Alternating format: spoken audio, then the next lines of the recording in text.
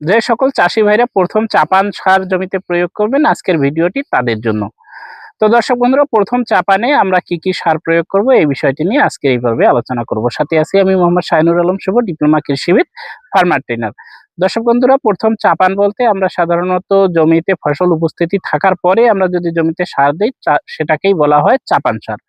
তো আমরা অনেকেই জমি তৈরির সেচ চাষেই সারগুলো দিয়ে ফেলি, যেটাকে আমরা ধান চাষের প্রথম ধাপের সার বলি।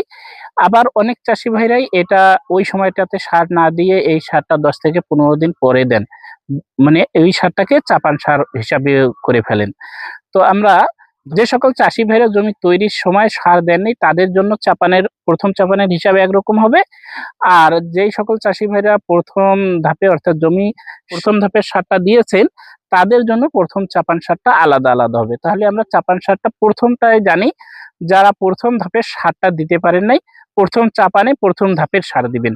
সেই সকল চাষি ভাইরা যা করবেন সেটা হচ্ছে, আপনার জমি যতটুকু সার পাবে তা হচ্ছে প্রতি বিঘার জন্য অর্থাৎ 33% জন্য টিএসপি পাবে হচ্ছে 15 থেকে 16 কেজি। যদি আপনি এটাকে আরো শতকে বা একরে নিয়ে আসেন, সেই ক্ষেত্রে প্রতি শতাংশের ক্ষেত্রে পাবে হাফ কেজি অর্থাৎ 500 গ্রাম পাবে টিএসপি। আর এমওপি সারটা হচ্ছে প্রতি বিঘা অর্থাৎ 33% জন্য 12 থেকে 15 কেজি আপনি দিতে পারবেন। আর যেটা ইউরিয়া সার বা নাইট্রোজেন সার, নাইট্রোজেন জনিত সার, সেটি হচ্ছে প্রতি বিঘার জন্য ইউরিয়া আপনি দিবেন 25 থেকে 32 কেজি পর্যন্ত। এখন যেগুলো উঁচু মাটি সেইগুলোতে দিবেন 32 কেজি, আর যেগুলো নিচু জমি সেইগুলোতে আপনি 25 থেকে 30 কেজির মধ্যে একটু লিমিটেড রাখেন।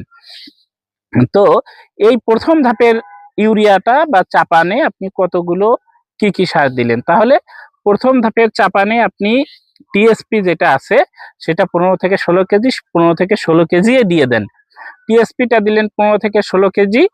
পটাশ বা এমওপি এটা 7.5 থেকে 10 কেজি দিবেন। 7.5 থেকে যদি 10 কেজি দেন, 7.5 দিবেন আপনি যেই জমিতে বিঘায় 10 কেজি ব্যবহার করতে চাচ্ছেন, তাহলে প্রথমে 7.5 কেজি দিবেন, পরের ধাপে 2.5 কেজি দিবেন। 2.5 থেকে 3 কেজি দিন। তো প্রথম চাপানে তাহলে আপনি টিএসপি দিবেন 15 কেজি, এমওপি দিবেন 7.5 থেকে 10 কেজি এবং ইউরিয়া দিবেন 10 থেকে 12 কেজি। জিপসাম দিবেন 5 কেজি। তাহলে যে সকল চাষি ভাইরা আমরা প্রথম ধাপের সার দিতে পারি নাই প্রথম চাপানে, তাহলে আমরা এই সারটা দিব। আর বোরন সার দিব প্রতি বিঘার জন্য 1 কেজি। এখন আসি আমরা যে সকল চাষি ভাইরা জমিতে প্রথম ধাপের সার দিছেন, এখন দ্বিতীয় ধাপের সার অর্থাৎ প্রথম চাপান তারা কিভাবে দেব? সেই সকল চাষি ভাইরা প্রথমেই আগে দিব হচ্ছে আমরা ইউরিয়া। এই ইউরিয়াটা আমরা এবার দিব 10 থেকে 12 কেজি, কারণ আমরা প্রথম ধাপের যে সারগুলো দেওয়া হয়েছে সেই সারগুলোতে ইউরিয়া সার দেওয়ার জন্য নিষেধ করেছিলাম।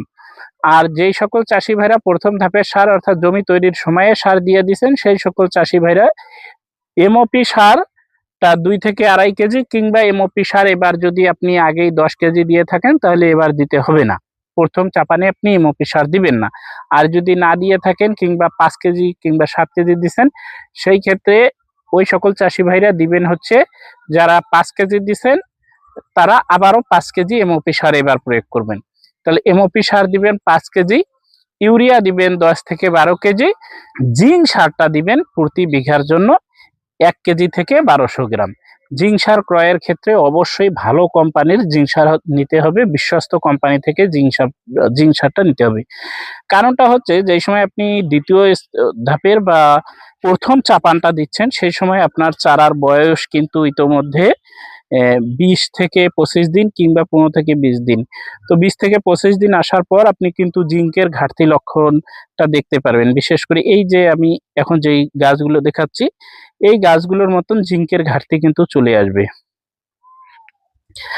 তো এই প্রথম চাপানে বা 15 থেকে 20 দিন পরে আপনি যেই সারটা দিচ্ছেন সেই সারে যদি আপনি এই জিঙ্ক সারটা প্রয়োগ করেন তাহলে এই সমস্যাটি আপনি পাবেন না। আর এই সময়ে আপনি যেহেতু আপনার টিএসপি সারের ডোজটা থাকতেছে না, সেই ক্ষেত্রে আপনি অবশ্যই নিশ্চিন্তায় এই সময়টাতে জিঙ্ক সারটাও প্রয়োগ করলে আপনার কোনো রকম সমস্যা হবে না। তো চাষি ভাইরা, এই দ্বিতীয় ধাপের তাহলে আমরা প্রথম চাপানটাতে কি দিচ্ছি? ইউরিয়া থেকে দিব আমরা 10 থেকে 12 কেজি, এমওপি সার দিব 5 কেজি, জিঙ্ক সালফেট বা জিঙ্ক সারটা আমরা দিব হচ্ছে 1 কেজি থেকে 1200 গ্রাম। জিঙ্ক সার অবশ্যই ভালো কোম্পানি নিতে হবে এবং 33% জিঙ্ক যেটা আছে সেই জিঙ্কগুলো নিতে হবে।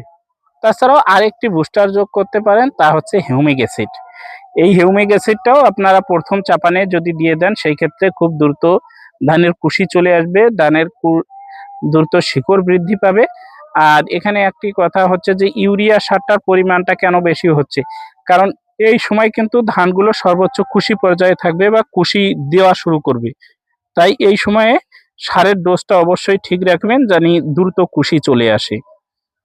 কারণ এই কুশি যত বেশি হবে ততই বেশি কিন্তু আপনার শীষ থাকতে হবে। আর একটা গোছায় অন্তত 50টা করে কুশি যেন আসে আপনার, সেই চেষ্টা কিন্তু করতে হবে। সেই জন্যই আপনার যে পুষ্টি উপাদানগুলো দেওয়া দরকার, যা যা পরিচর্যা করা দরকার সেই পরিচর্যাগুলো করতে হবে। দর্শক বন্ধুরা, আজকে এ পর্যন্ত। দেখা হবে, কথা হবে পরবর্তী নতুন কোনো টপিকে, নতুন কোনো পর্বে।